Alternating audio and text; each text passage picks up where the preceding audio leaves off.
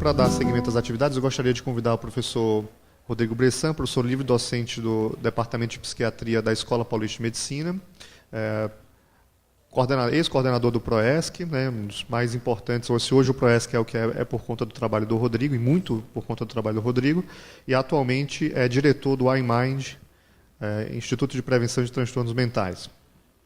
E, junto com o Rodrigo, eu vou ficar à disposição para esclarecer as dúvidas. Se a gente não tiver perguntas agora, eu acho que a gente podia, né, Rodrigo, fazer uma breve bate-papo sobre qual é o tratamento da esquizofrenia, como a gente entende esse tratamento, para ser um provocador das perguntas e das dúvidas. Rodrigo, por favor.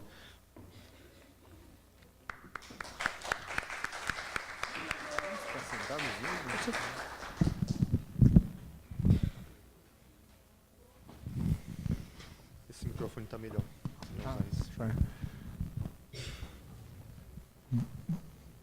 Bom dia a todos. É um enorme prazer estar aqui. Para quem trabalha com esquizofrenia há muitos anos, ter um dia da pessoa com esquizofrenia organizado dessa forma é um sonho. E esse tipo de sonho não se torna realidade sem que muita gente esteja envolvida e trabalhando muito. Então, isso aqui é uma história que culmina e chega nesse dia que vai se tornando um marco, com uma representação política. E a gente acabou de ter um deputado aqui, eu chamei ele de deputado, passei vexame, o Gilberto Natalini, que, não sei se vocês perceberam, a principal coisa que ele falou foi o seguinte: vocês precisam se mexer, senão não vão tratar bem as pessoas que têm esquizofrenia. Essa é a mensagem principal, tá certo?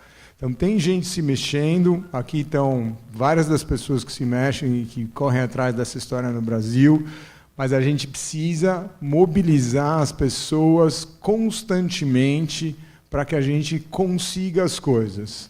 E desta forma, a gente tem que apoiar as entidades e aprender e ir se desenvolvendo do ponto de vista administrativo e estratégico para que essas conquistas aconteçam. Se a gente tiver estrutura, vai ajudar bastante para que esses desafios possam ser enfrentados com mais dignidade.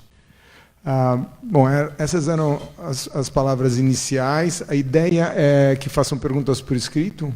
Sim, por escrito, mas acho que não chegaram. Bom, como não chegaram as perguntas ainda, Rodrigo, eu já falei muito hoje, você é um cara mais experiente que eu.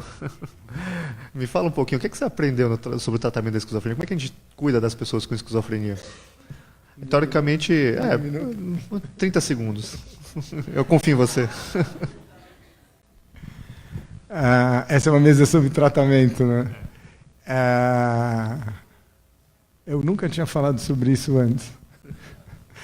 Eu acho, quando você pensa em tratamento, ele começa com uma interação entre o profissional de saúde e a pessoa que tem o problema. Pelo menos do ponto de vista médico, clínico, a gente pensa nessa interação para que se possa ter um bom diagnóstico. O diagnóstico é absolutamente central na prática médica, porque ele direciona que tipo de intervenção terapêutica você vai fazer. Então, quando a gente fala esquizofrenia, nós estamos falando de um diagnóstico.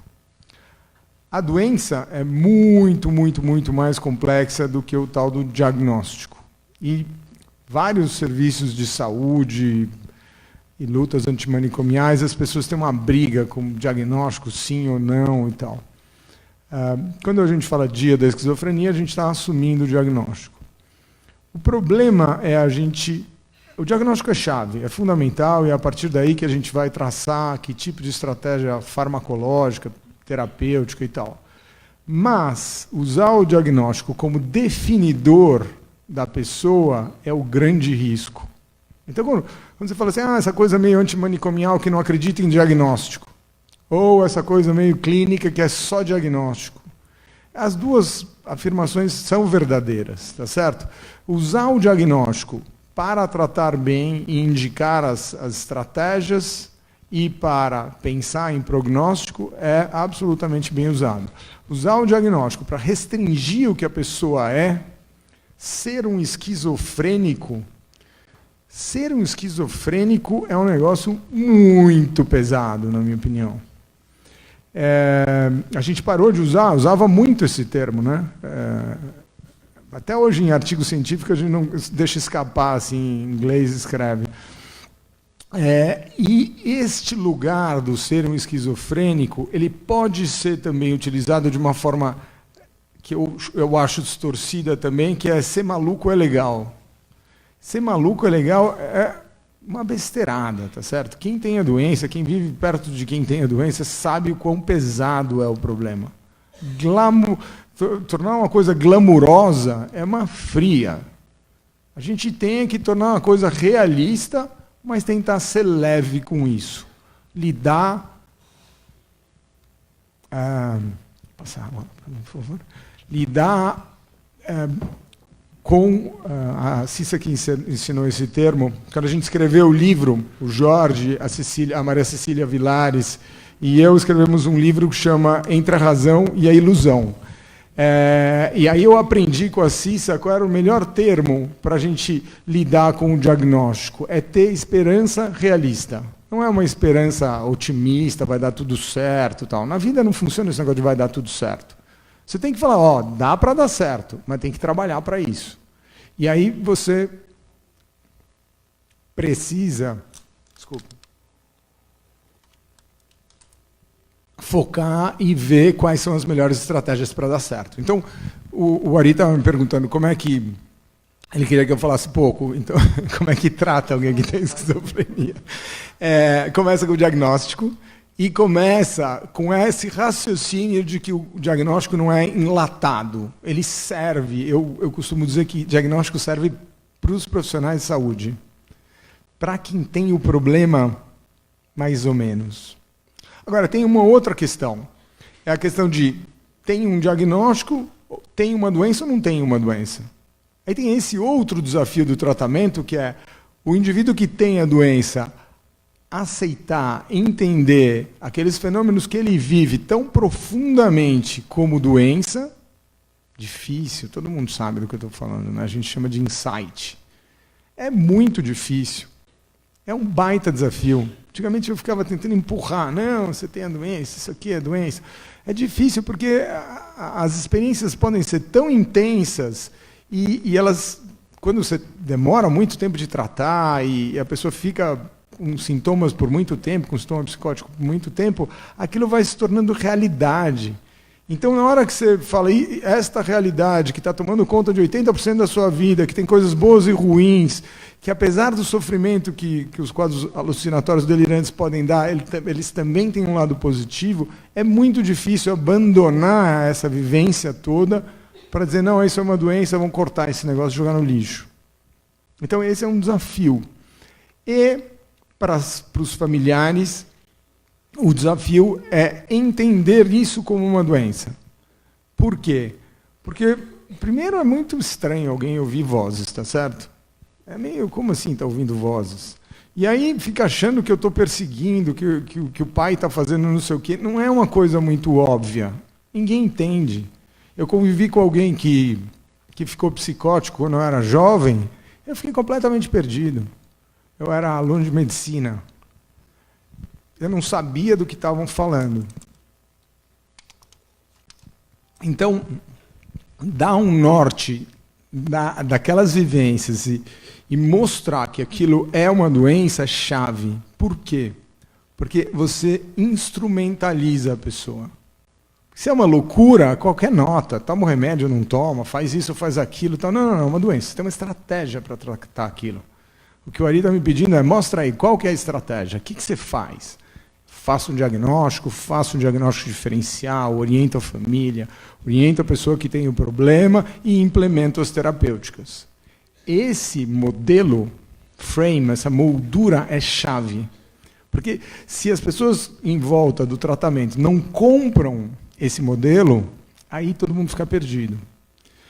E é tão mais chave quanto mais precoce. O que eu quero dizer? no início do problema, se a gente consegue ter uma compreensão mais clara e desenovelar a loucura, a confusão que é ficar doente, facilita muito a longo prazo. Às vezes as pessoas que tem um familiar que tem o filho que tem o problema, ou a própria pessoa que tem o problema, não consegue ver isso em perspectiva. A gente que acompanha a gente, muitas pessoas, diferentes fases, diferentes doenças, a gente vê a diferença que é no início do problema ter um bom atendimento, a família ter um bom esclarecimento de qual é o problema, porque a partir daí a evolução é muito diferente. Isso não significa que a doença possa ser mais ou menos grave. Porque você pode ter, como qualquer outra doença, pode ter uma doença grave fazendo tudo certinho, isso é difícil de responder. Mas o tratamento funciona muito melhor quando esses componentes estão bem estabelecidos. Quer disparar? Eu falo de psicose. Só para complementar o que o Rodrigo estava falando, acho que qual que é o contorno do tratamento? Qual é a linha do tratamento? Fazer o diagnóstico adequado, o diagnóstico correto, diagnóstico diferencial, e aí você tem, vamos falar da intervenção terapêutica, né? Medicação. Por que medicação é fundamental? Porque a gente praticamente não fala de tratamento de esquizofrenia sem medicação, porque os pacientes com esquizofrenia têm uma alteração química no cérebro, eles têm uma alteração do jeito que o cérebro funciona. Isso tem que ficar muito claro, né? Porque senão as pessoas começam a achar explicações. Não, eu tenho esquizofrenia porque eu tive um problema, porque foi aquela situação que causou, e se eu resolver aquela situação, eu não vou ter mais a doença. Ou então vou levar para um determinado contexto religioso para lá resolver, né? Veja, não é negar que essas coisas podem ajudar, não é negar que você melhorar a situação familiar, não é negar que você ter uma fé vai te ajudar. O problema é que não pode reduzir ou negar a natureza da doença, que é uma doença que afeta o cérebro. E para isso você precisa de medicação. Tá? O que avançou muito, pelo menos do ponto de vista médico, que é óbvio para todo mundo, mas que talvez não fosse tão óbvio para a medicina e para a psiquiatria, é que tinha-se uma ilusão até 20, 30, 40 anos atrás, que você usava a medicação, tirava o delírio, e os remédios são muito bons em reduzir os delírios, e as pessoas iam retomar suas vidas. Bom, agora tirei o delírio, segue a tua vida, está resolvido. E é evidente que não funciona assim. A esquizofrenia muda a maneira como a pessoa lida com a realidade, né? Imagina você não ter confiança nas coisas que acontecem ao teu redor. Você não saber se aquilo é verdade ou não é verdade. Se eu posso confiar ou não posso confiar. Isso é uma ruptura absurda com a trajetória de vida dessas pessoas. O remédio, o que ele faz? Ele reduz o delírio. Tá? Mas essa ruptura na vida das pessoas, como é que a gente lida com ela? E por isso tem a ênfase na equipe multiprofissional, né? Como um criador de sustentação para essa pessoa encontrar um novo caminho de vida. Eu falo novo, porque quem que volta para trás, né? Se alguém aqui conseguir voltar para trás, máquina do tempo, me avisa, porque eu acho que não existe. A gente sempre tem que olhar para frente. Então ele é sempre novo, é uma possibilidade. Eu estou olhando aqui para o Jorge, né? Ele sempre bate um pouco na gente nessas discussões, que ele fala assim, olha, vocês falam de terapia, isso, terapia, aquilo. O que funciona no fundo é gente com gente, é o contato, é o carinho, e é isso que é a sustentação dessa possibilidade, né? Então, quando eu falo dessa questão da equipe, né, essa equipe multi que inclui o médico, ela tem que estar atenta não só às questões medicamentosas, não só às suas intervenções, mas às relações que estabelece com aquelas pessoas que estão ali no tratamento. E esse vínculo que muitas vezes é o concreto para aquele paciente que perdeu toda a capacidade de abstração, tudo mais perde sentido, mas o vínculo ele passa a ser concreto, ele passa a ser norteador desse processo terapêutico. Então, acho que esse é o arcabouço do tratamento. E em relação à orientação, é fundamental as pessoas, a gente tem muito medo de falar das coisas, né, Rodrigo? A gente vai aprendendo isso com o tempo, assim, fala diagnóstico, não fala diagnóstico, fala que afeta o cérebro, não fala que afeta o cérebro. E aí ontem a gente estava na reunião clínica do ProESC e o pai do paciente que eu acompanhei uns anos falou, vou puxar a sua orelha. Até hoje eu não sei o que o meu filho tem, né? Eu acho que eu falei para ele, mas acho que talvez eu não tenha sido tão claro assim, né? Ou talvez essa questão de saber e de contar e de entender o que são as coisas é um processo muito mais difícil do que simplesmente falar algo, né? É um processo que é construído com o tempo. E eu acho que essa que é a dificuldade do tratamento. tem que indicar bem a medicação, o Rodrigo vai falar um pouco disso, né? Rodrigo, acho que vou te provocar para você falar um pouquinho como é que a gente escolhe as medicações, mas tem que ter todo esse outro arcabouço, porque, veja, já é difícil tratar doenças como diabetes, hipertensão, condições como obesidade, né? Como é difícil você mudar um hábito, você mudar uma questão na tua vida. Agora, quando a tua própria maneira de lidar com a realidade, a tua própria maneira de lidar com as coisas está alterada, é muito mais difícil. E por isso que você precisa mais apoio para essas pessoas, mais paciência, mais cuidado e estar mais próximo para realmente permitir o que a gente fala aí da recuperação, do recovery, ou ainda como a Cissa e o Jorge participaram aqui desse processo no Brasil, da superação da doença, que é um processo de aceitar as dificuldades. Então a gente não fala assim, olha, vai cair, tem duas visões reducionistas no campo, né? Não existe diagnóstico ou só existe diagnóstico. Isso o ser humano parece que só consegue trabalhar com extremo, né? Só que a vida não é nesses extremos. Entre esses extremos tem um monte de coisa que é possível. E o caminho que a gente acredita é aceitar as coisas como elas são. Existe a doença, existe a pessoa. Por isso que a gente adotou Dia da Pessoa com Esquizofrenia, que esse é o norteador dessa prática. Bom, Rodrigo, posso te provocar? Falar um pouquinho da medicação, como é que você escolhe, indica a medicação? Tem diferença entre elas, né? Acho que as famílias querem saber um pouquinho mais disso. Claro, só antes disso, a perspectiva que o Ari dá é essa mesma, a gente tem que ter bastante clareza, simplicidade e objetividade. Até quando a gente fez o livro Entre a Razão e a Ilusão, eu tinha medo de escrever sobre cérebro, sobre dopamina e tal, e o Jorge falou, pô, mas você escreve para os médicos sobre isso, por que não vai escrever para as pessoas que têm o problema?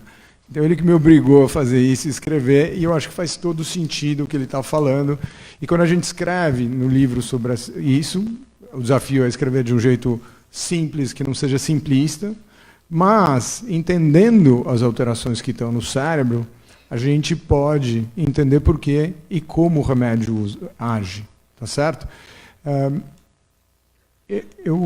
Uma coisa que é bem delicada quando a gente fala de tratamento de doenças que podem ser potencialmente graves é essa história de que não tem tratamento, não tem cura. A gente chama isso de crença normativa. É uma besteira total e completa. Tem casos que a gente faz o diagnóstico de esquizofrenia, que a partir do 2º, 3º, 4º ano podem ter uma remissão total do quadro. Então, tem casos de esquizofrenia que podem ter cura? Sim. A grande maioria das pessoas que estão aqui não faz parte desses quadros. Por quê? Porque, em geral, teve mais episódios e tem a doença que continuou, tá certo? Então, existe cura quando bem tratado. Você teve 2, 3, 4 episódios? Não. Aí ela passa a ser uma doença de longo prazo, tá certo? E precisa medicação. As pessoas têm essa alteração na síntese e liberação de um neurotransmissor, uma substância que comunica neurônios, chamado dopamina. E está claro, muito claro, por pesquisas muito avançadas de neuroimagem, que o aumento da dopamina está associado a esses sintomas que o Ari estava falando de delírios e alucinações. Então, se sentir perseguido, se sentir observado, ouvir vozes, tem a ver com o aumento de dopamina. Então, a gente precisa modular essa dopamina. Quais são os remédios, as medicações que a gente tem disponíveis?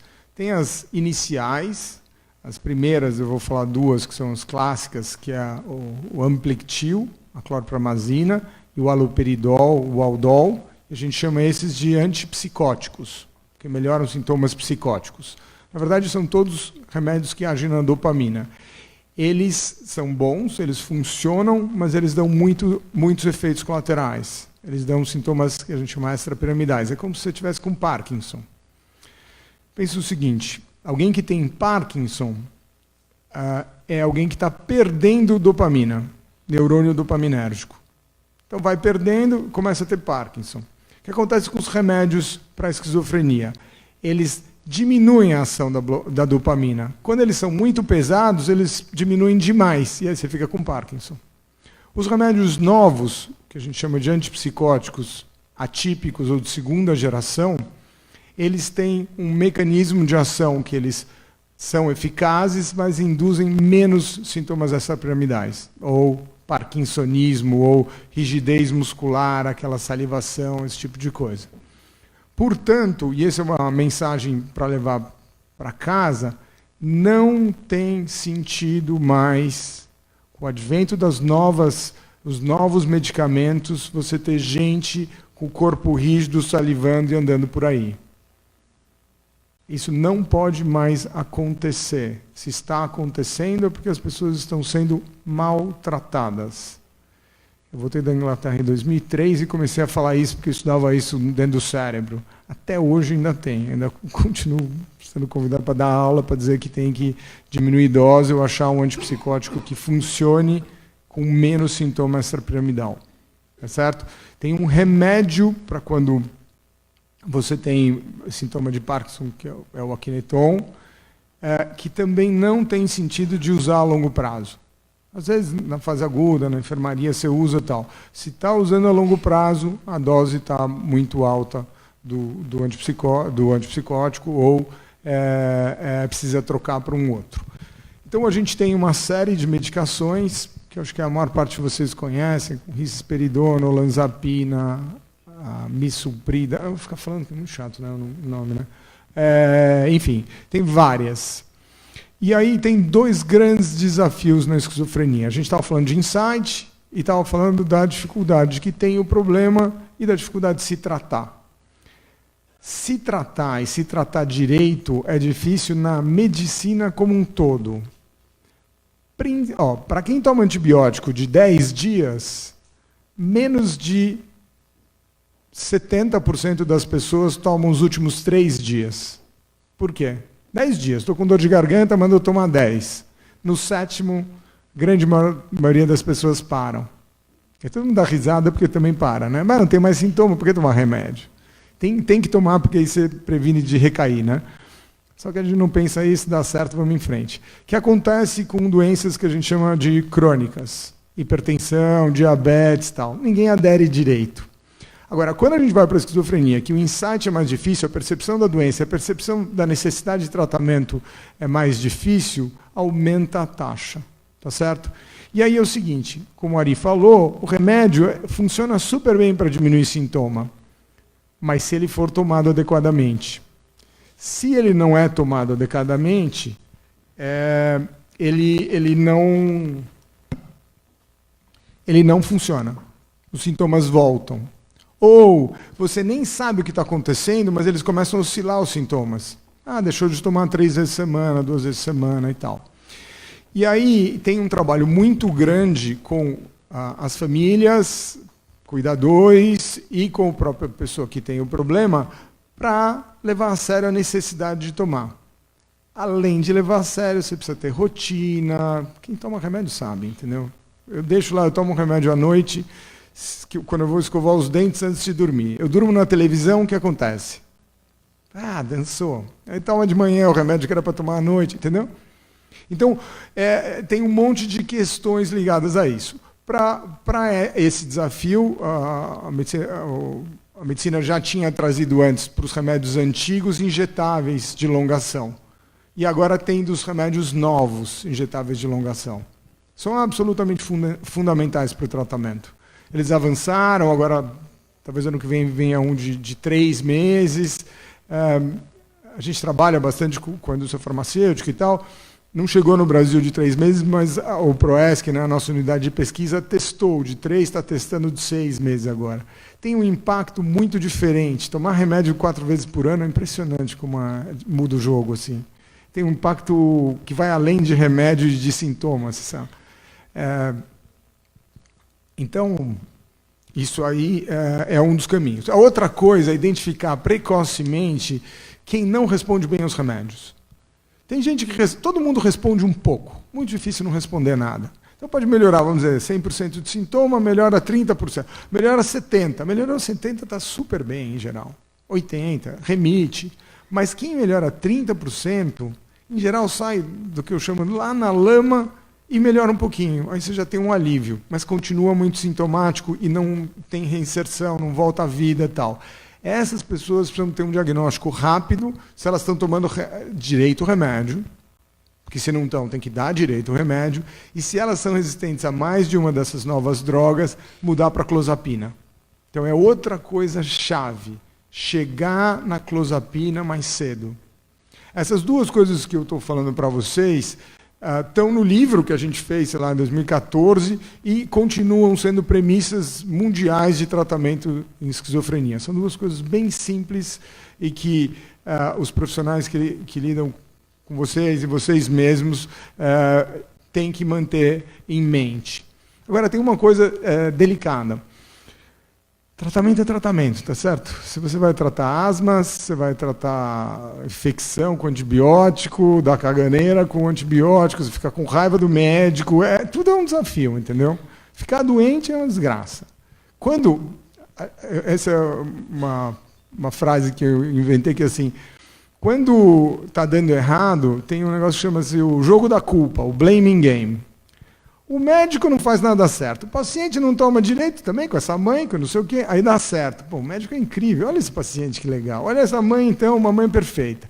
Então, se lidar com esses altos e baixos no processo de tratamento é um baita desafio.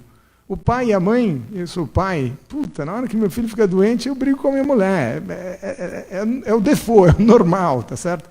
Então aí você tem que ir lá, não, tá bom, vamos.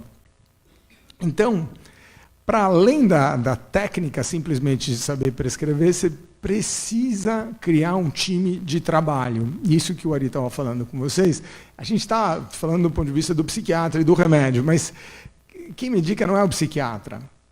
Quem indica o remédio, às vezes, é o psiquiatra. A gente trabalha agora com o que a gente chama de decisão clínica compartilhada. Então, fala, pode ir com esse remédio, pode ir por aqui, essa é a minha opinião. E aí você ouve o paciente falando isso, eu não aguento, isso papapá.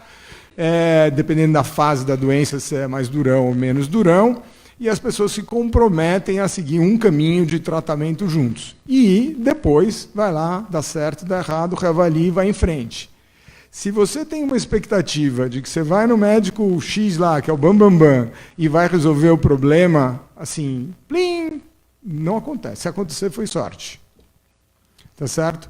O que às vezes melhora mesmo, às vezes dá certo, fez certo. Você fez certo, tem uma chance de melhorar, mas você não pode estar... Essa que é a diferença, eu estudei um pouquinho de otimismo e esperança. Se você tem uma visão otimista, vou lá no médico, toma esse remédio, vai melhorar. Calma, não é bem assim. Pode melhorar, nós estamos tomando remédio para melhorar, mas é um caminho. E pode dar errado. E aí teve efeito colateral, então vamos ter que aguentar esse efeito colateral, desce a dose, espera mais. Aí você tem uma atitude que estamos no caminho certo, mas nós temos que reavaliar o tempo inteiro. Essa é uma atitude de esperança realista para lidar com o desafio do tratamento. Então, a gente dá muita aula, eu, Ari, para falar quais são os remédios e como faz, mas na prática é uma equipe. Cadê a Gabi está aí? Gabi não está aí. A gente trabalha com equipe multidisciplinar no ProESC, super qualificada, assim, que a gente trabalha juntos. Não medica sozinho, entendeu? Todo mundo tem que entender de remédio. Para quê? Para prescrever? Não é para prescrever. É para entender. Está dando efeito colateral. Rodrigo, diminui a dose. Pô, o cara está alucinando, Rodrigo. Vai lá, ajeita lá a dose, entendeu? Bom, pessoal, de nenhuma pergunta a gente veio para acho que umas 20. Eu vou tentar, por conta do tempo, né? A gente vai ter que encurtar um pouco o tempo das sessões para poder acomodar o atraso que houve no início. Eu vou permitir, Rodrigo, fazer uma levada mais rápida aqui de respostas, né?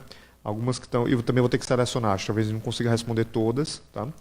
Então, a primeira, o que vocês acham de um tratamento, né, chamado estimulação transcraniana por corrente contínua? Vocês conhecem? Sim. A gente tem um ensaio já no ProESC também, é uma técnica de neuromodulação. Ela parte do princípio que se você gera uma corrente de baixa intensidade, não tem nada a ver com ECT, né, é uma coisinha que a pessoa coloca na cabeça, fica ali 20 minutos, praticamente sem nenhum desconforto. A questão é que assim, não tem nenhuma evidência muito robusta de que funciona, tá certo? Você não tem assim, dados que falem, olha, isso aqui dá para fazer, é absolutamente experimental, não é reconhecido aqui no Brasil ainda como prática terapêutica, reconhecida pela Anvisa. Tá? Então, assim, participa do âmbito de pesquisa, talvez tenha benefício para sintomas negativos e cognitivos, mas resultados super frágeis, né? Então, não é assim um tratamento de primeira linha ainda. Quais os sintomas mais comuns para o diagnóstico? O diagnóstico de esquizofrenia ele é clínico. Os sintomas mais comuns são delírios, alucinações e desorganização do comportamento da fala. Esses sintomas, um desses 3 sintomas, delírio, alucinação e desorganização do pensamento, o paciente tem que ter. E você tem que ter pelo menos 2 sintomas. Tá? Tem que ter pelo menos 2 sintomas, além desses sintomas que eu fiz para você, tem um sintoma negativo.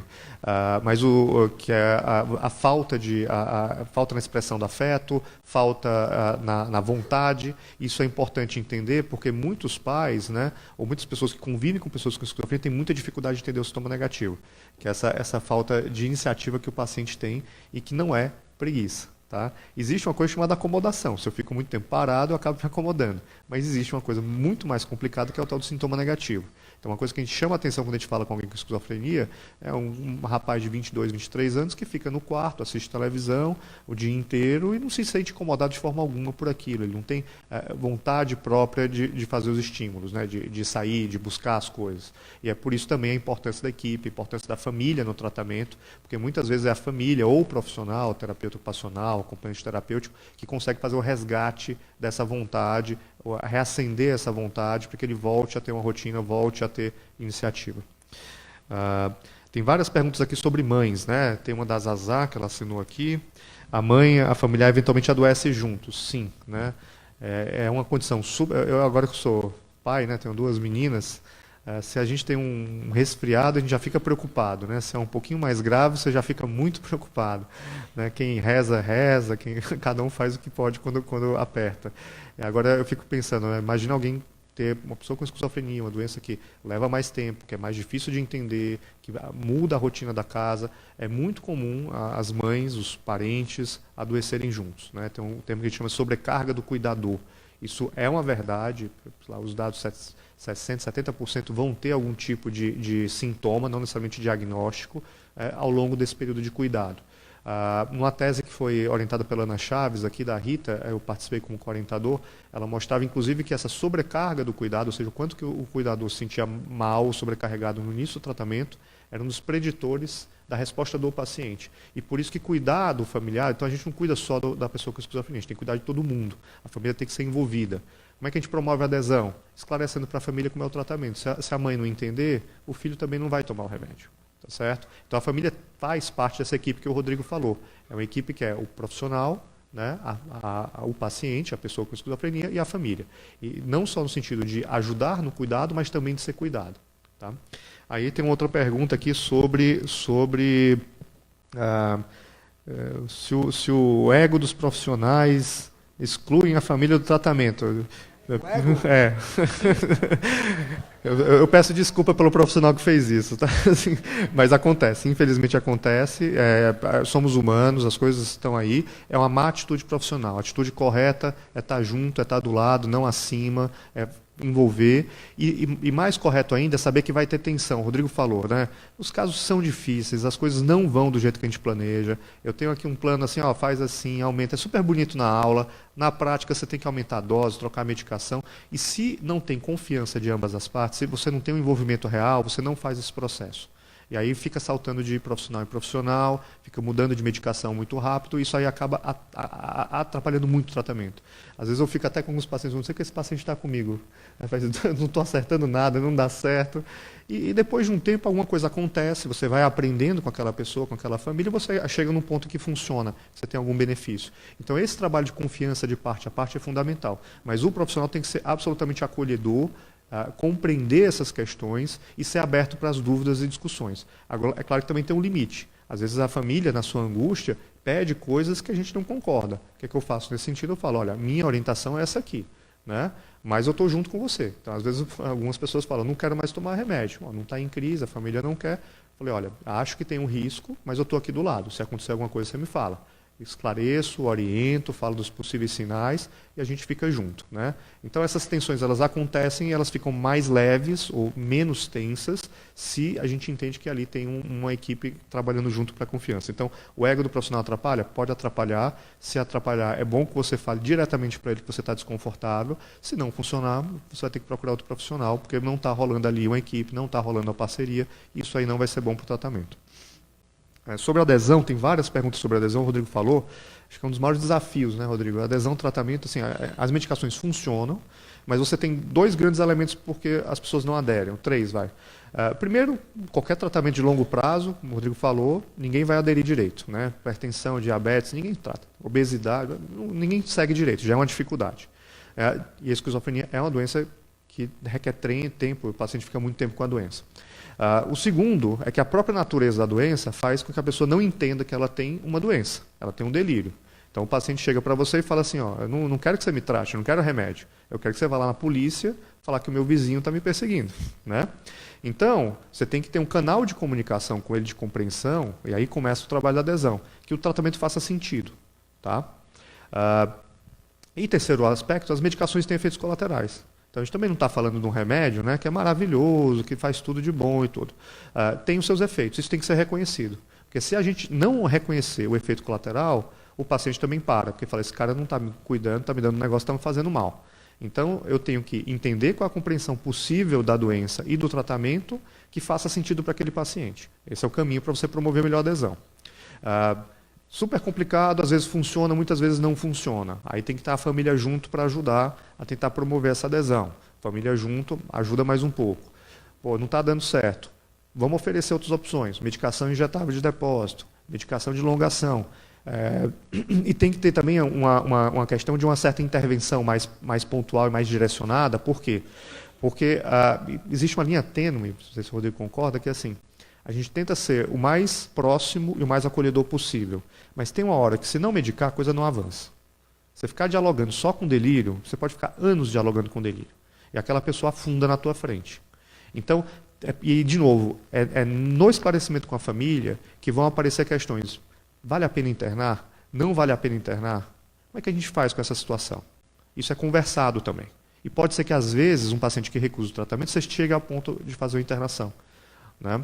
E isso, de novo, é super duro, é super complicado para a família e para o profissional, mas se a gente tem um entendimento e uma compreensão mais clara do que está acontecendo, a gente entende que aquilo tem uma função terapêutica, a gente não está fazendo aquilo como punição. A gente está fazendo como aquilo, uma forma de gerar a oportunidade daquela pessoa sair daquela crise. Mas aí primeiro você tenta a relação com o paciente, a relação com a família, você tenta esquemas de medicação mais simples para promover a adesão, você tenta medicação injetável e se em algum momento tem risco para o paciente, para as pessoas, você acaba indicando a internação como forma de tentar organizar melhor aquela pessoa, oferecer o ambiente a medicação no ambiente mais controlado e aí sim você ter mais margem para fazer um trabalho de compreensão e de contato com ele. Acho que o Rodrigo tem algumas perguntas, eu vou deixar agora ele responder as dele. Tem bastante pergunta. O Ari é sério em CDF, ele responde todas. Eu ia enrolar vocês e ia falar, depois o Ari responde por e-mail. Como é que vocês veem o papel da psicoterapia nesses casos? A gente chama globalmente de terapias psicossociais. É um jeito de incorporar psicoterapias, terapia ocupacional. E na esquizofrenia você tem uma gama de diferentes intervenções. Recentemente, nos últimos 15 anos, pelo menos, a gente começou a perceber que as pessoas que têm esquizofrenia não têm retardo mental. Isso precisa ficar claro. Algumas têm um QI mais baixo, mas o comum é não ter retardo. Mas elas têm algumas dificuldades neuropsicológicas. Às vezes um pouco na memória, de manter as coisas dentro da cabeça, de fazer um planejamento quando você faz a prescrição e tal. Isso... A gente começou, então, a fazer avaliações neuropsicológicas. A fera disso aqui é a Ana Olivia, que está aqui embaixo. Então, você começa a mapear como é que aquela pessoa funciona do ponto de vista cognitivo. Vejam, não é que a pessoa não tem QI e não consegue fazer conta de matemática. É diferente. E você vai para uma sutileza. Na medida que você entende como é o padrão de funcionamento daquela pessoa, você pode reforçar ou fazer terapias para desenvolver algumas características. Psicoterapia psicanalítica, psicodinâmica, freudiana, lacaniana e tal, lá na década de 70, 80, fizeram muitos estudos grandes e sérios sobre isso. Para a esquizofrenia como um todo, você não tem evidência boa mostrando que funciona. Mas na nossa experiência, alguns pacientes com determinados perfis funcionam muito bem. Então, de novo, tem o que é preconizado como norma, mas para cada paciente você pode ter uma indicação.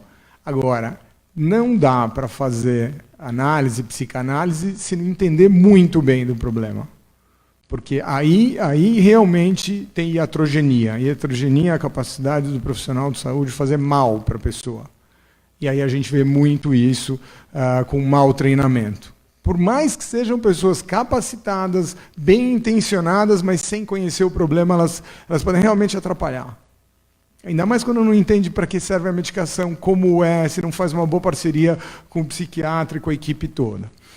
Tem outras intervenções que podem funcionar. Por exemplo, treinamento de habilidade social. Então, muitas pessoas que têm a doença têm aquela dificuldade de conversar, de olhar no olho, de estar em grupo, de sentar com mais gente e tal. Dá para você treinar algumas dessas habilidades, especificamente. Dá para treinar só numa terapia de habilidade social? Não. Dá para treinar num grupo de TO, dá para treinar fazendo teatro, dá para treinar trabalhando da forma como for possível. Então, a gente pode ter metodologias que podem ser específicas de alguma questão que não está legal, não está funcionando bem, e tem metodologias meio gerais assim que podem funcionar. A gente tem um olhar muito forte no PROESC ligado ao trabalho.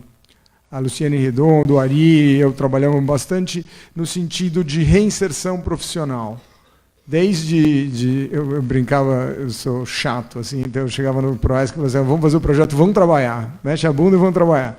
E aí a gente encaixou lá a oficina do PROESC, que era da casa que a gente tinha antes, era de frente para onde era a sala de espera, porque a ideia é que trabalhando pode fazer bem. E é verdade, trabalho pode ajudar bastante, mas também pode fazer mal. Tem uma das teses que a gente defendeu, uma aluna, a Larissa, defendeu, mostrando isso. Se você fizer muito estresse, a pessoa não estiver preparada, não ajuda. Então, não tem uma pílula mágica que resolve o problema de todo mundo. A gente sempre está cuidando para cada indivíduo o que vai funcionar, que tipo de trabalho. Oi? Não, mas... tem mais? Dá para ir. Então, basicamente, a mensagem geral é essa. Agora, o que a gente aprendeu muito, eu acho que o próximo é uma escola muito forte de terapia ocupacional, assim, isso aqui que formou, é que terapeuta ocupacional e assistente social que bota a mão na massa ali é muito potente para ajudar as pessoas, assim, que sai um pouco do viajão, assim, psico, sei lá o quê. Ajuda muito, assim, coisas práticas. Pô, o cara não consegue resolver aquilo, faz uma diferença assim, no tratamento impressionante. Assim. Que mais? Voltar para a escola, se adaptar na escola, né? Porque não é só trabalho, tem escola e tal. Eu acho que tem, só para aproveitar que eu falei de escola, tem uma pergunta que é assim, eu só leio as perguntas que tem letra bonita. Eu tô de óculos. Fale um pouco da necessidade dos professores conhecerem o básico para que possam identificar quando se inicia um problema mental na classe. A gente tem um programa que chama Cuca Legal, que está no Y-Mind, no Y-Mind, que é todo voltado para a educação e saúde mental nas escolas. Sim, alguns casos podem começar na escola, mas saúde mental é muito mais amplo que esquizofrenia. 14 a 20% dos nossos adolescentes têm um problema de saúde mental, e os transtornos mentais dos adultos, a grande maioria começou na infância e adolescência. Então, eu acho que assim, quando a gente fala de esquizofrenia, é importante nichar e fazer a briga, mas a gente tem que entender que saúde mental é uma coisa bastante ampla, e na escola a gente tende a ter uma abordagem geral, não específica para essa doença. Vai lá, passa para ali. Acho que a gente vai ter que... Vou responder alguns, Rodrigo, a gente vai ter que encerrar por conta do tempo. Né? Aqui tem uma sobre o PCDT. O PCDT é o protocolo que determina como é que é o tratamento, né, pelo menos de esquizofrenia no Brasil.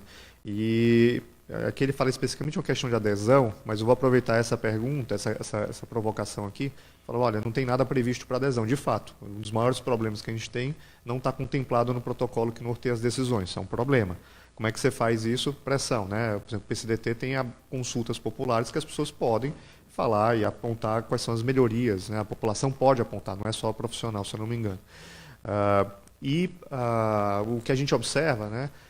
Estava discutindo com um amigo meu, o Giovanni Salum, que ele é coordenador de saúde mental lá em Porto Alegre, como é que é o treinamento das equipes, né?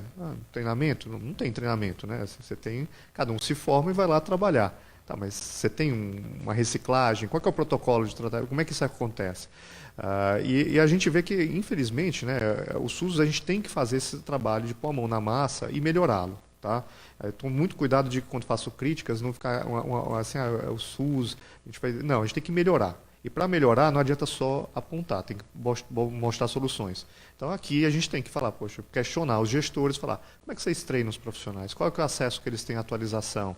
Né? Quais são os protocolos? Esses protocolos estão sendo aplicados? Qual que é o desfecho do tratamento? Né? Como é que o sistema vê se está sendo funcional ou não? Tá? Isso não existe. Basicamente o protocolo hoje é a internação. O grande desfecho é a internação. Se eu interno, não interno, tá bom. Aí vou lá, acabo com todos os hospitais, eu não interno. Ótimo, melhorei o sistema. Né? Isso não resolve um dos problemas, porque hoje você tem dificuldades de internar quando precisa, e você tem, do outro lado, uma coisa que não é verdade. O que a gente quer que as pessoas melhorem é para trabalhar, viver a sua vida, casar, quem quiser, né? Quem não quiser também não precisa casar, essas coisas. Mas o ponto, assim, esses seriam os desfechos muito mais sensíveis de um processo terapêutico voltado para recovery, por exemplo. Né? Isso não existe. Não existe. As pessoas, os profissionais na ponta procuram isso. Mas estou falando do sistema. Né? Como é que o sistema olha os seus desfechos? E se ele não olha para isso, como é que eu faço intervenções continuadas para aprimorar o sistema no sentido dos melhores desfechos que a gente acredita enquanto profissional? Então isso vai acontecer quando a gente botar a boca no trombone, lá como falou o Gilberto, né? E ir para cima, provocar. Não é uma solução fácil, não são indicadores fáceis de serem construídos. Por isso é uma luta de muito tempo. Tem uma coisa aqui que ilustra também essas divisões que a gente faz, que são muito mais artificiais. Né? A doença é psicológica, ela não é neurológica, por isso não pode ser PCD. Né? Então, assim, para mim está tudo meio embaralhado aqui. Né? É uma doença que afeta o cérebro, ela afeta o comportamento, ela tradicionalmente ela é vista na psiquiatria, tá certo? Mas todos os profissionais abordam, ela tem repercussões psicológicas, elas têm repercussões para a terapia ocupacional. O que a gente não pode cair nesse reducionismo de falar ela é isso ou ela é aquilo. É uma doença que afeta tudo isso, tá certo? E ela pode ser sim enquadrada na lei de deficiência. Né? Porque a lei de deficiência ela não usa diagnóstico, ela usa classificação funcional. E ela determina que pessoas com problemas persistentes e com deficiência funcional podem ser classificadas na lei de pessoa com deficiência. Então, as pessoas com esquizofrenia, por ser um transtorno grave, persistente, com déficits sustentados, elas podem ser enquadradas se elas tiverem dificuldade. Então, isso abre todo um campo de oportunidades. E, de novo, houve uma discussão recente na internet, porque alguém falou, é uma deficiência, aí já não, mas é uma doença. Não, ela é uma doença e pode ser caracterizada como deficiência. Tem que parar de ficar nesse tipo de disputa e buscar a melhora da pessoa que está ali na tua frente. Né? Bom, acho que essas aqui eu queria responder. Tem um monte de pergunta aqui difícil, complicada e que eu acho que a gente tomaria mais tempo e também algumas que me parecem vão ser melhor respondidas pelas outras mesas. A gente vai ter mais 3 mesas de conversa com o especialista, um de equipe multi, uma voltada para trabalho e vão ter as pessoas com esquizofrenia e as famílias aqui. Então a gente tentou aqui responder, né, eu e o Rodrigo nesse tempo, as perguntas relacionadas ao tratamento, mais especificamente ao tratamento farmacológico, que é, digamos, a nossa área de expertise e com essa visão, que eu acho que é a visão que a gente integra medicação com o paciente como um todo. Tá? Eu encerro aqui a minha participação. Rodrigo, você quer fazer alguma última palavra? Eu acho, a gente sempre fica falando, o SUS não funciona, o médico é ruim, o diagnóstico, o remédio é ruim e tal. A gente tem que trabalhar com o que a gente tem. E uma coisa eu aprendi, na verdade eu falo para os meus pacientes, é o seguinte, você tem que fazer a equipe trabalhar bem para você. Eu falo para o meu paciente, não, porque o remédio não funcionou faz 2 meses, não sei o quê. Pô, mas você não me faz trabalhar, você não ligou para mim para dizer que esse negócio não está funcionando para eu fazer. Mas você não respondeu o WhatsApp e tal. Pô, mas você não liga de novo e faz eu trabalhar. Eu acho assim, a gente tem que fazer o máximo possível para o que você tem ali, né? Você está lá no CAPS, você está lá não sei aonde, fazer com que eles trabalhem melhor. E isso significa também... todo mundo precisa ser cuidado no processo, tá certo? Eu estou estressado porque meu filho está doente, não sei o quê, não sei o quê.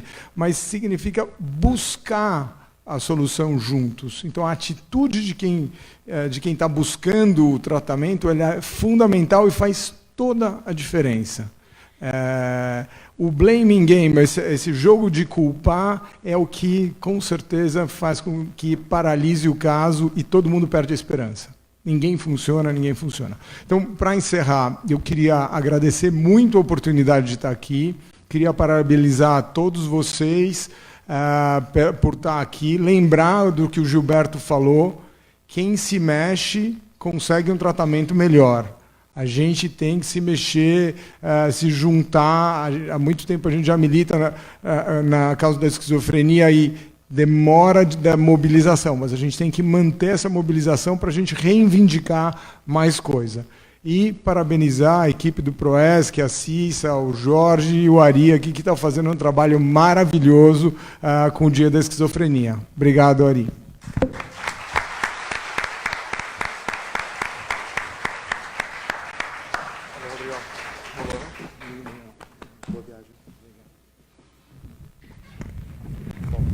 Para dar continuidade, nós vamos ter agora a mesa de histórias de superação na esquizofrenia. E eu gostaria inicialmente de convidar a... Quem vem do inserir? A Cláudia Ribeiro, para falar um pouquinho sobre a experiência dela. Essa sessão nós vamos ter 3 falas de 15 minutos, depois alguns minutos para perguntas, tá? Para interação com a plateia. E eu vou tentar encaixar um rapaz aqui que tem uma mensagem muito importante para falar. A gente organiza tudo, mas no final a gente é coração de mãe. A gente tenta pôr mais gente na programação. Acho que nós já vamos chamar, então, todos que vão compor essa mesa. Aqui, será que sai minha voz? Que são a Vera Gomes. A Vera é uma das pessoas mais ativas na ABRE. Ela participa da comunidade de fala, é coordenadora, é suplente da diretoria hoje na ABRE. E também quem vai participar da AME é Cília Virgílio. É isso? Onde é que está a AME? Aqui. E a gente tem um participante extra.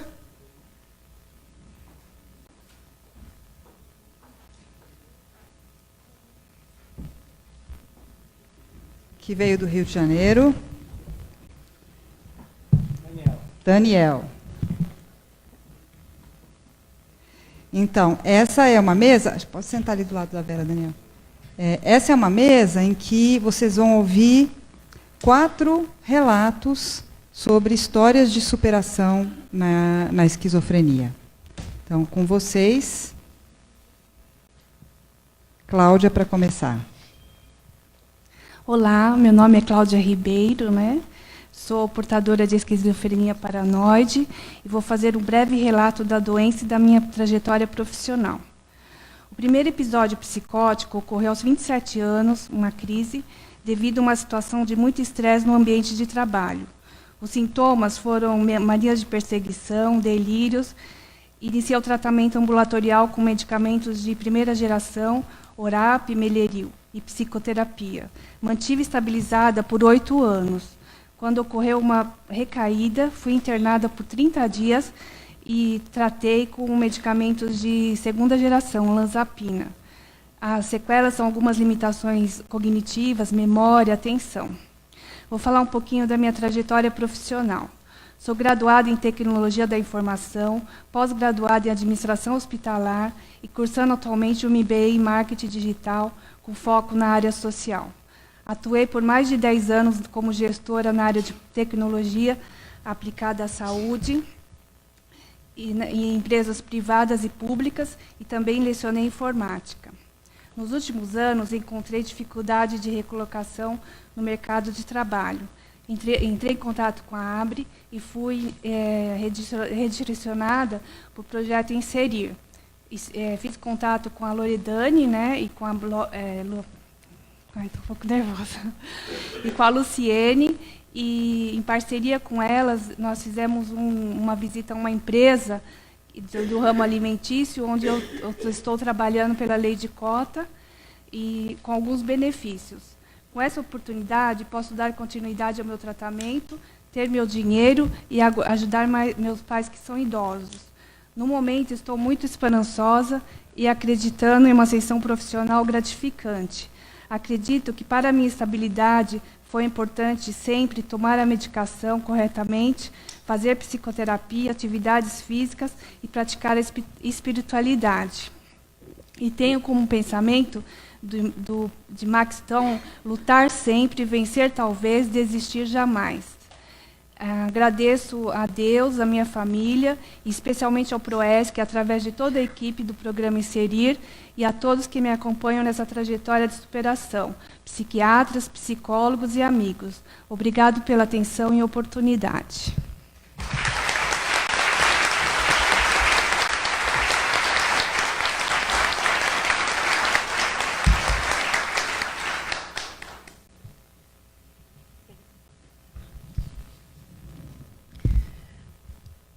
Olá, pessoal. Eu nunca falei para tanta gente assim de uma vez só e vou tentar não enrolar muito.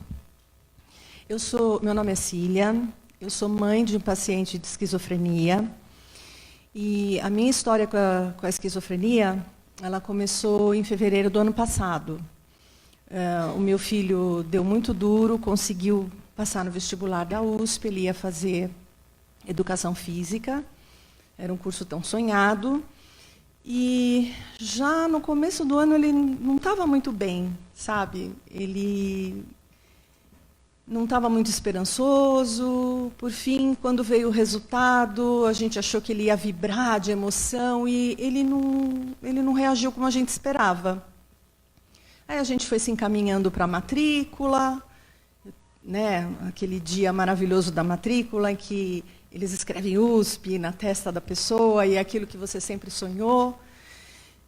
E, de repente, ele não estava ali, ele não estava feliz. E dali ele começou a ter aquelas alucinações, vozes, e ele começou a nos relatar. E, em momento algum, a gente duvidou dele, ou achou que fosse um fingimento, ou algo do gênero, uma manha, de jeito nenhum. Então, imediatamente, o que a gente fez foi procurar um psiquiatra e ele foi diagnosticado com esquizofrenia. E, a partir daí, nossa, a vida da gente muda completamente. Imagino vocês que acompanham, né, pacientes com esquizofrenia, vocês devem saber. E o que acontece? Você não consegue olhar adiante, você não tem mais futuro. E uma doença como essa, que a gente só ouviu falar muito longe, alguma outra vez, né? Isso realmente existe e está acontecendo com você. Então, né, o chão some debaixo dos seus pés e você fica sem direção. E aí eu lembro, muitas vezes, né, nas crises do meu filho, a gente tinha que brigar com as vozes, né? E uma coisa que a gente se prometeu desde o princípio foi bem bacana, porque, olha, a gente só vai trabalhar com a verdade aqui.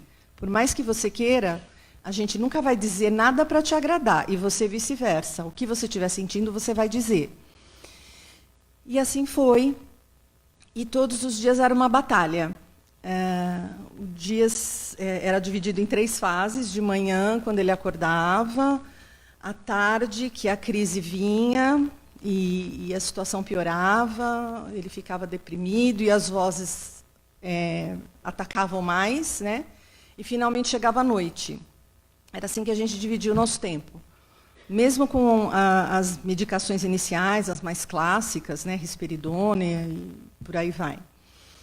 E a gente tinha que convencê-lo, era uma briga, né? A gente tinha que brigar com as vozes e dizer para ele, provar por A mais B a cada dia que, olha, não é assim como ela fala. E conforme o tempo foi passando, ele foi cada vez confiando mais em nós e vendo que o que a voz dizia não acontecia, mas o que a gente dizia acontecia. Então ele foi se acalmando devagar. E eu costumava dizer, meu Deus, eu preciso ter força, né? E eu não quero mais pensar no futuro, porque o futuro não existe mais. Eu vou viver um dia de cada vez. E quando alguém falava para mim, mas eu não vou pensar no futuro, porque pensar no futuro doía muito, doía demais, era um sofrimento muito grande, porque tudo aquilo que a gente tinha planejado não existia mais, e eu não sabia o que ia vir. E aí, naquela situação perdida, né, no escuro, tateando, uma comadre muito querida minha, ela falou, eu vou te ajudar. E ela foi para a internet, foi pesquisar por mim. Nem isso eu tinha iniciativa para fazer. E ela encontrou um grupo no Facebook chamado Mãos de Mães. E eu falei, nossa, que bonito, né? Mãos de Mães, deve ser uma coisa maravilhosa, eu tenho que ir atrás disso. E eu fui. E aí eu encontrei a Sara. Eu vi um depoimento da Sara Nicolelli, toda despojada na cozinha da casa dela, dizendo coisas e explicando para a gente o que era esquizofrenia, como era a experiência dela, o que foi para ela vencer essa doença, e que sim, a gente tinha esperança, que a gente só tinha que se dar as mãos, né, e continuar nessa luta. E aí eu fui vendo, né, as coisas que ela postava, tudo aquilo foi me animando, eu já me senti feliz. Nossa, eu não sou a única, porque eu me senti a única mãe no mundo com um problema como esse para resolver. E, de repente, um dia eu descobri que existia um grupo de WhatsApp que ela estava montando, e eu falei, me inclui nesse grupo, né? E aí, gente, abriu uma janela assim, enorme na minha frente, porque eram as mães como eu. Porque a Sara é o concurso, né? Ela está ali e tal, mas mães como eu ali, né, de primeira viagem, que não sabe o que fazer, que atitude tomar, o que procurar, onde buscar informação, tratamento para o seu filho, né? E eu fui vendo os relatos dessas mães. O relato dessas mães é uma coisa assim de cortar o coração. Mas, ao mesmo tempo, você começa a se aculturar do que acontece, o que pode vir. E os relatos são muito dolorosos, mas também tem relatos de pessoas que já estão há anos nessa trilha e que podem nos orientar melhor.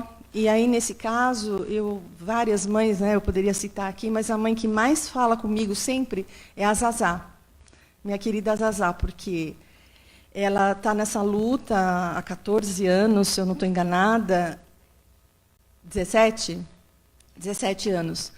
Então, é bastante chão, né? E ela insistia nesse ponto. Mães, tratamento, psiquiatra, psicólogo, os remédios, é muito importante e é possível sim. Né? O meu filho se estabilizou, leva tempo, mas tem esperança. Que tudo, né, você fazendo tudo certo, seguindo os passos certos, indo aos locais certos, você vai conseguir. E os relatos das mães, então você começa a ver que tem coisa muito pior, né, tem coisa muito melhor, mas que cada caso é um caso, você não está sozinha. Né? E, nesse momento, foi tudo para mim.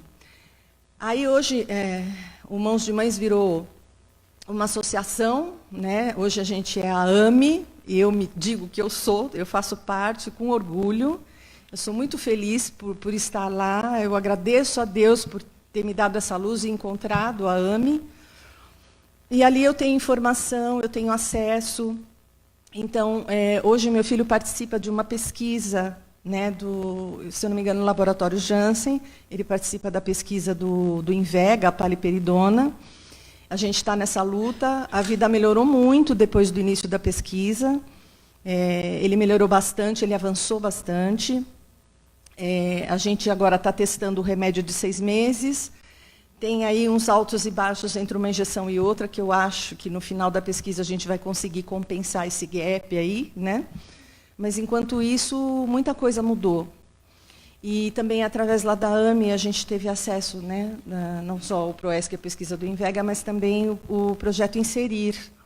Então, o Arthur faz parte do Inserir, ele participa de grupos, reuniões, né, mensais do Inserir, e, através do Inserir, ele já está sendo chamado para fazer, eu não sei se é prospecção, né, de algumas empresas que buscam trabalhadores, né, com deficiências, e aí ele vai entrar pela lei de cotas, e essa é a esperança dele, inclusive, que ele consiga um trabalho, e tudo isso através do Inserir. E eu digo para vocês que, depois que eu encontrei a AME, então, eu já consigo ver futuro. A minha vida mudou muito, a vida da minha família, do meu filho, e eu agradeço demais o trabalho que a Sara começou, e que está florindo. Hoje a gente tem AME aqui em São Paulo, tem AME em outros estados, mães, né, se disponibilizando a abrir suas casas, muitas vezes, para acolher outras mães. E isso é muito importante, gente. Porque ninguém olha para o cuidador. Né? Na grande maioria, o tratamento é focado no doente, e o cuidador, a gente fica ali, né? No desvio ali. Parece até que a gente só pode olhar e não pode influenciar, mas a gente pode sim, a gente pode fazer parceria com o nosso psiquiatra, a gente pode ajudar muito no tratamento, e é isso que eu queria dizer, que a partir do momento que eu conheci a AME, eu posso usar agora, com certeza, aquela frase que foi criada lá no grupo Mãos de Mães, que é que a esquizofrenia, sim, é possível conviver. A gente pode fazer parte, a gente pode entregar cidadãos para a sociedade de volta, e que eles tenham vida, independência, e que sejam pessoas, no máximo possível, felizes. Eu, como mãe, é isso que eu espero. Muito obrigada.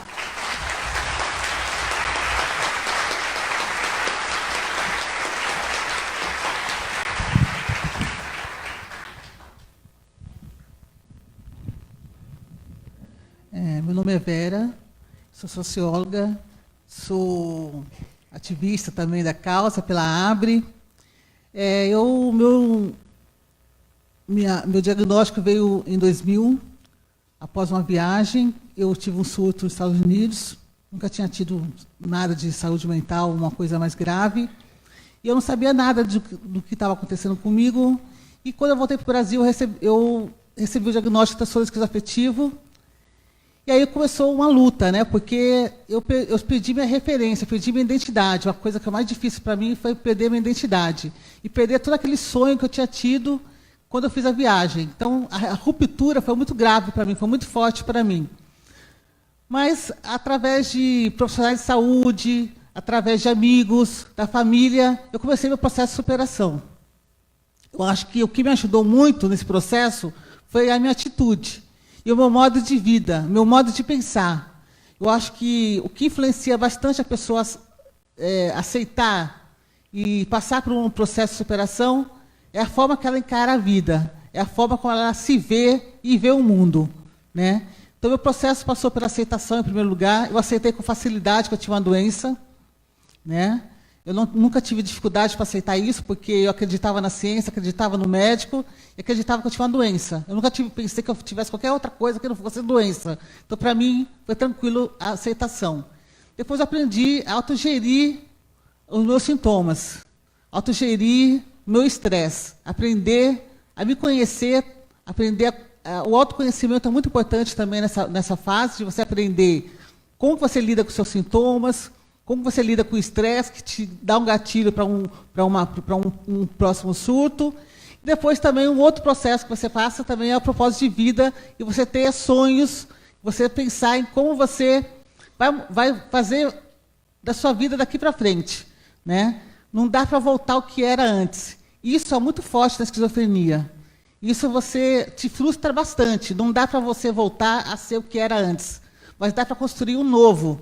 Dá para construir uma trilha paralela. Dá para ser alguma coisa que você queira fazer da sua vida, o resquício do que você era antes, do seu sonho anterior, dá para fazer, dá para construir esse novo. Talvez não da mesma forma, mas você vai caminhar para uma trilha paralela, mas o objetivo pode ser o mesmo. Hoje, o meu objetivo na vida é conseguir meu condicionamento físico novamente, emagrecer, para conseguir fazer minhas trilhas novamente, é uma coisa que eu gosto de fazer, e criar um negócio online. Hoje, meu objetivo é isso. Então, eu levanto da cama com esse objetivo, que não penso mais na doença, nas limitações que eu tenho. Eu penso no que eu posso fazer, nas minhas possibilidades, nos meus ganhos com a doença, e não nos prejuízos que eu tive com ela, né? Então, eu tento pensar no dia a dia, no que eu conquistei com a doença. A doença foi só prejuízo para mim? Não, não foi. Com a doença, eu criei novas amizades, eu aprendi muito sobre mim mesma, o autoconhecimento sobre mim, sobre a vida, sobre as pessoas, né? Eu aprendi a ver a vida de uma forma mais tranquila, menos estressante, a pensar em menos imperfeição. Eu era muito voltada para achar que tinha que ser perfeita em tudo que eu fazia. Hoje, não. Eu me encaro mais uma coisa mais simples. Se der para fazer, dá. Se não der, não deu. Então, eu encaro uma vida mais simples, um pé no chão melhor. Então, assim, eu não vejo só os prejuízos que a doença trouxe, eu vejo os ganhos também. E ela trouxe alguns ganhos. Hoje eu estou aqui por causa da minha doença. Hoje eu tenho mais amigos por causa da minha doença. Hoje eu me sinto uma pessoa melhor por causa da minha doença. Então, é assim que eu tento encarar esse processo de superação. Me ver hoje como uma pessoa que tem limitações, mas que saiba administrar essas limitações, que sabe ver quais são as suas possibilidades, que pode garantir que você caminhe no dia a dia para um futuro que te dê qualidade de vida, que te dê uma felicidade, que não dá para ser mais a mesma coisa que você era antes, mas dá para contribuir com o mínimo de qualidade de vida que você possa viver. Então, é isso que eu queria dizer, que é assim, 3 passos que eu acho que a pessoa precisa ter para superar uma esquizofrenia ou um transtorno mental, uma deficiência grave. Atitude, um modo de vida, de pensar, que não te limita, que não tenha crenças limitantes, que não tenha preconceitos. E aprender a autogerir a doença. É muito importante você autogerir os seus sintomas, e o seu estresse e as suas dificuldades. E ter um propósito de vida, que é você pensar o que você quer para você, para ajudar as pessoas, para ajudar a sua família, para te ajudar. O que te faz feliz?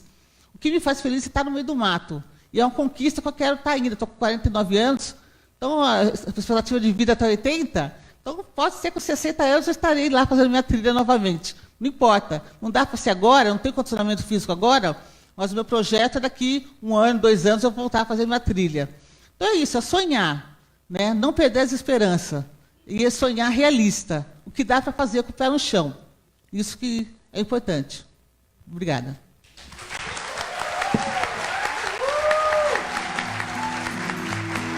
Essa poderia ser mais uma história de uma criança, como muitas crianças que são apaixonadas pelo seu violão. Vamos acompanhar a trama de um menino de 12 anos chamado Daniel. Era um dia como outro qualquer, em que seus pais levavam seu filho para um passeio no shopping. Tudo parecia perfeito, até que... Bom, isso foi o que aconteceu para Daniel. Ele não se lembra de nada. Agora vamos ver o que aconteceu para os seus pais.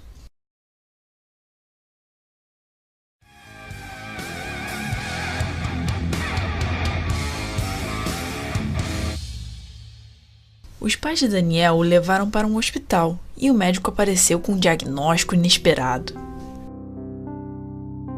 Eles refletiram sobre a conversa com o médico e analisaram a receita dos remédios para o tratamento de esquizofrenia. Decidiram então rasgar a receita. Pensavam que existem outros meios de curar doenças e consideram a esquizofrenia coisa de maluco. Opa! Alguém falou maluco? Segundo o dicionário, maluco é a pessoa que não tem juízo, maníaco, cismático, estróina. Loucura é um termo usado há séculos para qualificar atitudes e comportamentos que não correspondem ao que é esperado e natural. E por não fazerem sentido ou não serem aceitos na comunidade, geram sofrimento para quem os vive e medo para as pessoas que não os compreendem. A esquizofrenia é uma doença psiquiátrica endógena que se caracteriza pela perda do contato com a realidade. Os principais sintomas são delírios, alucinações, fala e pensamentos desorganizados. Outros sintomas comuns são a pouca expressão emocional e verbal, e agitação física ou catatonia. As dificuldades sociais, profissionais e afetivas levam muitas vezes as pessoas a se isolarem e serem abandonadas pela família e amigos.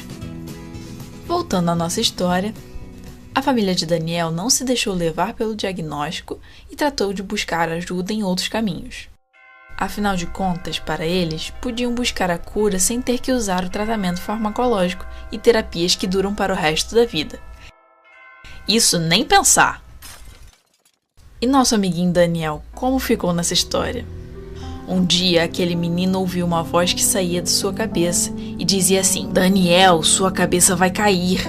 Desesperado, o menino tratou logo de segurar o violão que estava próximo dele, para evitar que sua cabeça caísse. Ufa, aquela ideia no momento parecia uma solução incrível. Era só ficar segurando o violão e sua cabeça não cairia. E se por algum acaso ela ameaçasse cair, era só ampará-la com seu violão. Problema resolvido. Aquela voz insistente continuava a lhe dizer o tempo todo: Daniel, sua cabeça vai cair. A partir daquele momento, a vida dele só dependia daquele instrumento. Dessa forma, era só ele ficar segurando o violão que nada aconteceria. Perfeito, né? Daniel seguiu segurando seu violão. E ficou cada vez mais triste.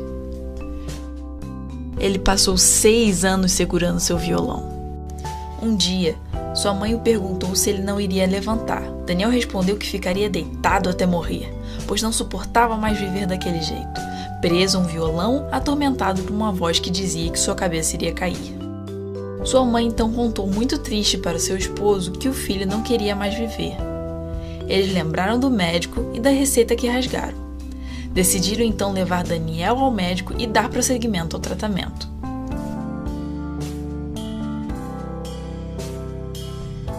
Depois do tratamento, como ficou a vida de Daniel?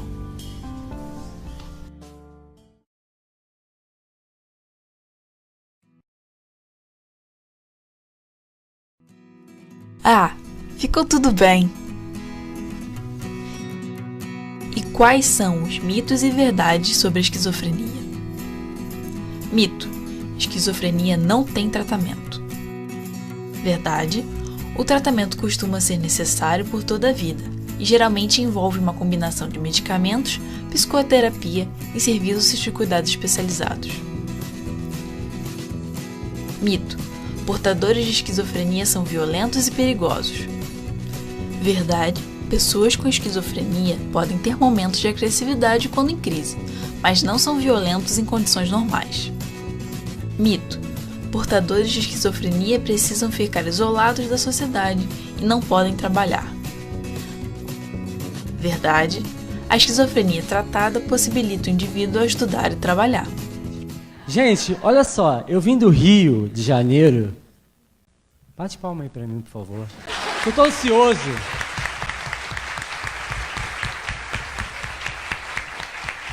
Obrigado. Olha só, são 20 anos, cara, essa parada, né? Então, assim, quando eu recebi o diagnóstico de esquizofrenia, aí eu falei pro meu médico: que porra é essa? Né? E assim, cara, eu sou o Daniel, né? Eu não sou esquizofrênico, eu sou o Daniel, né? Eu sou o cara que dança com a Fátima Bernardes. Eu tive um propósito, né? Eu fui na Fátima Bernardes porque eu tenho uma missão nessa vida, né? Que é espalhar, que é falar para as pessoas o que é, né? De olhar no olho. Eu dou palestra há 3 anos, né? Então, no Rio de Janeiro, né? Então, o doutor Ari, que eu agradeço, olha para cá, doutor Ari, por favor. Estou te chamando. Ele é nervoso. Quando eu cheguei, ele falou: Daniel, por que você tem que fazer isso? Daniel, você tem que fazer aquilo? Eu falei: doutor, você quer um frontal para ficar calmo? Foi, doutor. Eu quero uma receita de frontal dele autografada, porque eu sou fã dele. A gente vai fazer uma parceria. A gente está na semana de conscientização, né? Mas muita coisa tem que mudar, né? A gente não tem que comemorar nada, não tem nada para comemorar, porque não vai ter bolo aqui, né? Enquanto mães vierem até mim e filhos vierem até mim me pedir ajuda e falar, pô, para que serve a olanzapina? Eu tomo 3 remédios diferentes há 20 anos, né? Então, assim, enquanto a gente não... Assim, como eu dou palestra, né? E eu gosto de olhar nos olhos das pessoas, né? Então, assim, eu falei com o doutor Ari, né? E falei, cara, eu vou ter que... Ele falou, Daniel, você vai ter 15 minutos para falar. Eu dou palestra de 2 horas, então eu falei, pô, tu vai me botar numa furada, né? Mas eu vou tentar. Eu amo ele. Eu estou brincando, né? Mas vamos falar de mãe, né? Que eu quase matei a minha. Vamos falar de mãe? Quase matei a minha mãe, né? Então, eu queria que você... Bater palma para mim é ridículo. Desculpa. Vamos bater palma para as mães. Tem Sara Nicole. Vamos bater palma, pô. Vamos animar isso aqui. Sara Nicole, Zazá. Essas são mães que lutam, que vão, fazem as coisas. Eu tenho uma campanha chamada Depressão Não é Frescura Não, né? Que eu vou nas faculdades, inclusive, cara, no Rio de Janeiro, as pessoas já estão de saco cheio de olhar para minha cara, né? Por isso que eu vim para São Paulo. Porque eu sou feio, né? Então, as pessoas, porra, Daniel, você quer ser embaixador de não sei de quê? Eu topo tudo, assim, sabe? E...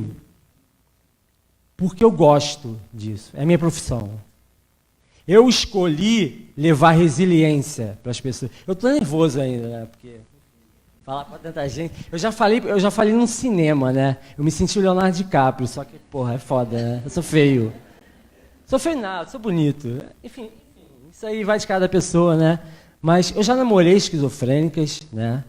Não, esquizofrênica, eu não gosto de citar doença. Eu não sou uma doença. Sou o Daniel, né? Eu escrevo essa campanha de depressão. Por que eu falo de depressão se a gente está num congresso de esquizofrenia, né? Que coisa mais louca, né? Mas, assim, o esquizofrênico, ele tem depressão também, porque, assim, as doenças psicológicas, elas estão amiguinhas, né, uma das outras, né? Então, assim, quem tem esquizofrenia, né, na maioria das vezes tem depressão. Então, assim, eu espalho em forma de camisas, né? Espalho em forma de falar, de olhar no olho do menino, da mãe, né? Que está lá, que está lutando, a AME, que já foi falada, né? E eu botei a minha cara porque eu não tenho medo de nada. Então, assim, a minha vida pessoal, né? O que é a minha vida? Dar palestra, escrever, eu sou escritor de 3 sites, assim, porque eu amo escrever, é a minha paixão, escrever. Eu levo, assim, a minha doença, né? Com 20 anos, eu tenho 33, pareço ter 18, né? Fala que eu lhe pareço. Pareço? Obrigado. Eu nasci uma espinha na minha cara, eu queria mandar um beijo pro Jorge, porque, assim, eu larguei uma faculdade porque eu sofria bullying, né? Então, assim, eu queria falar isso, né? Porque as faculdades, né? Tem gente se matando, né? Nas faculdades, né? Eu não sou formado em nada, queria me formar, admiro quem é formado, mas eu acho que a gente tem que olhar para as faculdades. Eu dou palestras em faculdades e eu falo que a gente... mas, pô, o psicólogo se forma, né? 6 anos, sei lá, 2, não sei, enfim. 5, 10 mil, sei lá, não sei. Mas tem que estudar mais. Estudar mais, eu também, né? Porque eu estudo. Citaram Foucault ali, né? Vamos falar de Foucault também? Tem uma frase do Foucault que ele fala: eu não condeno as pessoas à morte. Eu apenas suponho que elas já estejam mortas. Olha que frase maravilhosa, né? Para você acordar, né? Levantar da cama e ver que você está vivo, né? Coisa maravilhosa. Sentir o ar que a gente está respirando, né? E a gente não dá valor a isso. Eu aprendi a dar valor, né? Então, assim, foi difícil? Porra, pra caralho. Desculpa, eu falo palavrão. Foi difícil? Foi. Aí a mãe chega e fala: eu quero que o meu filho seja igual ao Daniel. Não, ele não vai ser igual ao Daniel. Existe uma coisa chamada unicidade. Nós somos únicos nesse planeta. Cada um vai tomar. Eu não vou tomar o olanzapina e o Gabriel vai tomar também. Então, pode ser, né? Mas assim, nós somos únicos, né? Cada um vai tomar o seu remédio, cada um vai ter a sua forma. Inclusive aquela moça ali, maravilhosa, deu um depoimento maravilhoso, né? De superação, né? Que eu também levo para a minha vida, né? Eu estou aprendendo a cada dia e o doutor ali não está olhando para mim, mas ele está pensando, a gente tem essa mania, né, de hoje no mundo pós-moderno, né, Bauman, essas coisas, eu leio muito, né? Então assim, de falar, de perguntar uma coisa e já saber a resposta, sabe? Funciona isso, mais ou menos. Eu sou meio assim, não sei, mas eu já falei demais, né? 5 minutos? Gente, olha só. Desculpa o Cristo Redentor não estar de verde. Porque, pô, tinha que estar, né? Aí isso aí já não é culpa minha. Eu queria que o Cristo Redentor estivesse de verde. Mas o importante não são as cores, né? O importante é você ter no coração que você pode vencer, né? Que você pode ter resiliência para transformar o mundo ao seu redor, porque nós somos influência, né? Você que está do lado é influência para ela, né? Então, sejamos influência de forma positiva, e foi isso que eu escolhi para a minha vida. E eu peço ajuda de vocês, inclusive, porque eu quero levar a minha história para o Brasil inteiro. Porque tem mães que me pedem e eu não sei o que fazer, eu peço ajuda. E para encerrar, agradecer a minha mãe, minha família, agradecer a vocês e dizer que é possível, eu estou aqui provando que é possível você ter um diagnóstico e você estar aqui na frente e falar: eu venci. Obrigado, Rio!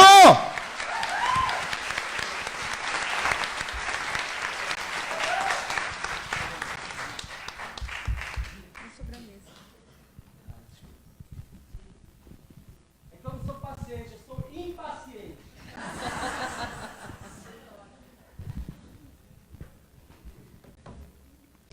Bem, a gente quer agradecer cada um de vocês que corajosamente veio dar um pouco do testemunho de vocês, né, do percurso. Eu espero que, ao longo do dia, todo mundo que está aqui tenha a possibilidade de interagir com as pessoas que vieram hoje aqui contar suas histórias. E antes de nós fazermos o intervalo do almoço, nós temos uma notícia muito boa para dar. E uma coincidência muito incrível também. Esse sujeito que está aqui do meu lado é o João Leite Ribeiro. O João, ele é coordenador atualmente do grupo de acolhimento, e de 5 oficinas da ABRE. Depois ele vai contar para vocês. O João mandou uma mensagem para mim, um e-mail, em 2014, dizendo que ele tinha uma história de superação para compartilhar e que ele gostaria de ser voluntário na ABRE. E naquela época nós estávamos desenhando o projeto da comunidade de fala. E eu o convidei, então, para se candidatar para ser capacitado nesse projeto. E ele me respondeu: não, eu não queria tanto. Eu queria uma coisa menor, né? E aí a gente foi conversando, trocando mensagens, e eu falei: olha, João, você vem, conhece a ABRE, senta aqui com a gente, participa da capacitação. Também não é garantido, porque não, né, tem todo um processo. Primeiro vai ter que selecionar, depois capacitar. Pode ser que não seja para você mesmo, né? Bom, ele veio, ele sentou, ele conheceu, ele fez a capacitação, ele virou palestrante da comunidade de fala e hoje é coordenador de várias oficinas e desse grupo de acolhimento, que é a atividade contínua mais antiga. Aliás, depois do grupo de acolhimento de familiares, que já existia antes da ABRE existir, O grupo de acolhimento, criado pelo nosso querido José Alberto Orsi, já tem quantos anos é? 2005, vocês façam as contas, né? É um grupo contínuo de acolhimento de pessoas com esquizofrenia na ABRE. Então, o João hoje tem uma notícia boa para dar para vocês. Bom, eu não quero atrasar o almoço de vocês, vou tentar ser breve. Eu tive uma história complicada com a esquizofrenia, porque... Tá saindo bem o microfone? Assim aqui? Eu tive uma história difícil com a esquizofrenia, porque eu fui muito refratário a várias drogas e tratamentos que eu fiz.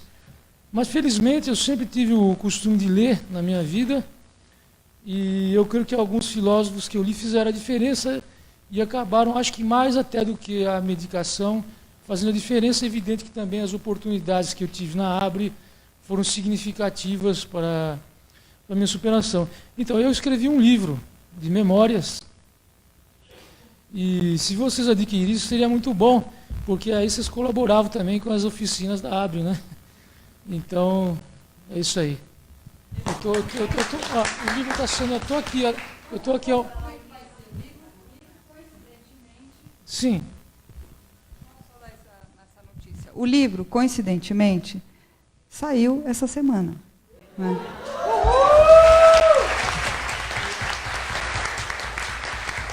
E aí a gente achou que era uma oportunidade imperdível de fazer o lançamento aqui nesse evento. Então, vamos dizer, é o pré-lançamento, ou é o lançamento, depois vão vir outros, não sabemos, mas é o lançamento oficial do livro do João. Vai ter uma mesa de autógrafos agora, durante o horário do almoço, e depois no coffee break da tarde também, tá bom? Essa que era a notícia incrível. A mesa vai estar aqui fora, tá? A mesa onde o João vai estar com autógrafos. O nome do livro chama-se Memórias de um Estoico, porque estoico se refere ao estoicismo, que é uma filosofia da Grécia Antiga, e que eu aprecio muito, e por isso o nome do livro é esse. Tá certo? Valeu, Jorge. Obrigado.